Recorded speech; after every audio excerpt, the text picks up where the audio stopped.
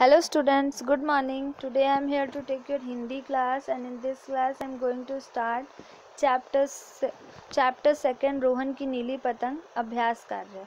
बेटा listen to me carefully. इसके पहले मैंने आपको इस चैप्टर की एक्सप्लेनेशन वीडियो सेंड किया था, मीन्स मैंने उसमें आपको इस पूरी कहानी को समझाया है। सो आई होप आप सब ने इस पूरी कहानी की एक्सप्लेनेशन वीडियो को देखा और कहानी को समझा है। ठीक है, सो आइए बेटा हम इस चैप्टर की एक्सरसाइजेस पर आते हैं। सो सबसे पहले आपकी एक्सरसाइज होती है, इसमें निम्नलिखित प्रश्नों के मौखिक उत्तर दीजिए। मीन्स प्रश्न जो है उसके आपको मौखिक उत्तर लिखने हैं और बताने हैं। सो बेटा मैं इसके आंसर्स आपको जो भी इसमें लिख के आपको आएगा, सो वो आपको सिर्फ अपनी बुक में ही जैसे मैंने लिखा वैसे ही लिख के छोड़ देना है, उसे कॉपी में नहीं लिखना है। Okay, so students as you can see in this page मैंने सारे क्वेश्चन के आंसर लिखे हुए हैं। आइए पढ़ते हैं। रोहन के चेहरे पर चमक क्यों आ गई थी? क्योंकि दिन सुहावना था। ठीक है, बस इतना ही लिखेंगे। साफ नीला आकाश देखकर रोहन ने क्या सोचा? रोहन ने को मैंने अंडरलाइन किया है। रोहन ने पतंग उड़ाने का सोचा। इधर स्पेस नहीं था इसलिए मैंने सोचा इधर लिख दिया, इस गर्ल की पिक्चर के बगल में। ठीक है, रोहन किसके साथ पार्क गया था? अपनी बहन शीना के साथ। ओके, इतना ही लिखना है जितना मैंने लिखा है बेटा आप सबको। ठीक है, पतंग ने रोहन से घबराते हुए क्या कहा? पतंग ने कहा मैं नहीं उड़ पाऊंगी। ठीक है, बस इतना सा। ओके, आइए हम इस चैप्टर की नेक्स्ट एक्सरसाइजेस पर आते हैं बेटा। Turn the page. Okay students, लिखित मीन्स रिटन एक्सरसाइजेज है, ओनली आपको बुक में ही फिल करनी है, कॉपी में वर्क में नहीं लिखनी है, डोंट वरी। आइए देखते हैं। पहली एक्सरसाइज है, सही उत्तर पर सही का निशान लगाइए। दिन कैसा था? सुहावना, बुरा, बादलों से ढका। सुहावना, सुहावना पे टिक कर देंगे। नहीं मुझे उड़ना नहीं आता, ये किसने कहा? चिड़िया ने, पतंग ने, तितली ने। पतंग ने कहा, पतंग ने पर टिक कर देंगे। रोहन की बहन का क्या नाम था? रीना, शीना, टीना। शीना, शीना पर हम टिक कर देंगे। ओके, ये प्रश्न उत्तर तो मैं आपको नेक्स्ट क्लास में कराऊंगी। ओके, सही शब्द चुनकर रिक्त स्थान भरिए, यानी कि आपको ये जो हेल्प बॉक्स दिया हुआ है इसमें से देखकर सेंटेंस के अकॉर्डिंग किसमें कौन सा फिल होगा ये देखते हुए फिल करना है उसको। ठीक है, दूर तक साफ नीला डैश था आकाश। दूर तक साफ नीला आकाश था।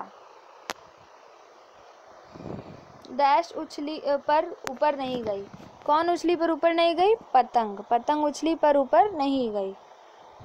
इरादा डैश हो तो हम मुश्किल काम भी कर सकते हैं। इरादा अटल हो तो, यहाँ पे अटल लिखा हुआ है ना, अटल हो तो हम मुश्किल काम भी आसानी से कर सकते हैं। रोहन और शीना की डैश का ठिकाना न रहा। खुशी, यहाँ पे हम खुशी फिल करेंगे। ओके बेटा, अब ये नेक्स्ट एक्सरसाइज लिखा है, नीचे लिखी बातें किसने कही थी, यानी कि कौन, ये सेंटेंसेस जो स्टेटमेंट दिए गए किसने बोला? उड़ो उड़ो तुम उड़ सकते हो, ये बात रोहन ने कहा। तो यहाँ पे लिखेंगे रोहन ने कहा। मैं पहले कभी नहीं उड़ी, पतंग ने कहा। और पतंगे भी तो उड़ रही हैं, ये बात शीना ने कहा था। ओके, आइए मैं आपको इस चैप्टर इस पेज के आपको आंसर दिखाती हूँ। बेटा देखिए, इसमें मैंने जो ऑप्शंस आपको टिक करने को कहा वो टिक हैं। ओके, खाली स्थान भरिए, रिक्त स्थानों की पूर्ति आपकी फुल हो गई है। और किसने कहा इन सारी बातों को, उसको मैंने भी फिल किया है। ठीक है, तो इसे देखकर आप अपनी बुक में इन सारी एक्सरसाइजों को कंप्लीट करेंगे। आइए नेक्स्ट पेज पर आते हैं। भाषा ज्ञान यानी कि लैंग्वेज नॉलेज, इस पेज की भी एक्सरसाइज देखते हैं बेटा। फर्स्ट एक्सरसाइज, कौन है एक, कौन अनेक, चुनकर लिखो। मीन्स यहाँ शब्द लिखे हुए हैं, आपको ये देखकर इस ब्लैंक में लिखना है कि ये एक है या अनेक है। तो बहन यानी कि एक बहन, तो यहाँ पे हम एक लिखेंगे। बच्चे यानी कि एक से ज़्यादा बच्चे, तो अनेक लिख दिए। बहनें यानी कि एक से ज़्यादा बहनें, अनेक। डाली, एक डाली है तो यहाँ पे एक। पतंगे अनेक, डालियाँ अनेक, पतंग एक, बच्चा एक। ठीक है बेटा, इसी तरह से आप भी फिल करेंगे अपनी बुक में। समूह से अलग शब्द पर गोला लगाओ। रंग, संग, पतंग, मंजा। ठीक है, पतंग और मांझा संग संग उड़ते हैं और रंग इन सबसे डिफरेंट हो गया, सो इसलिए मैंने रंग को सर्कल किया। आप भी रंग को सर्कल करेंगे बेटा। नीला, पीला, हवा, टीला। नीला पीला ये दोनों ही रंगों के नाम हैं जिसको रखे जाते हैं तो एक पहाड़ के रूप में रखे जाते हैं ना। और टीला यानी कि रेत का टीला, या फिर रंगों का टीला भी कह सकते हैं। और हवा एक अलग चीज़ हो गई, तो इसलिए हवा को हम सर्कल करेंगे। अच्छी, प्यारी, न्यारी, क्यारी। अच्छी, प्यारी, न्यारी, ये चीज़ें हम किसी की क्वालिटीज़ को बताने के लिए यूज़ करते हैं। और क्यारी का मतलब होता है कि पेड़ों की क्यारी लगाना, ठीक है, पौधों की क्यारी बनाना, तो ये अलग चीज़ हो गई, इसलिए मैंने इसको सर्कल किया है। सो स्टूडेंट्स, आई होप जैसे मैंने आपको समझाया है आप सब इसे समझ गए हैं। फिर भी अगर आपको कोई डाउट है, कोई क्वेश्चन है, तो आप मुझसे पूछ सकते हैं। ओके बेटा, जैसे मैंने सारे एक्सरसाइजेस आपके लिए फिल किया, आप भी अपनी बुक में इसी तरह से फिल करेंगे। Okay student, that's it for today.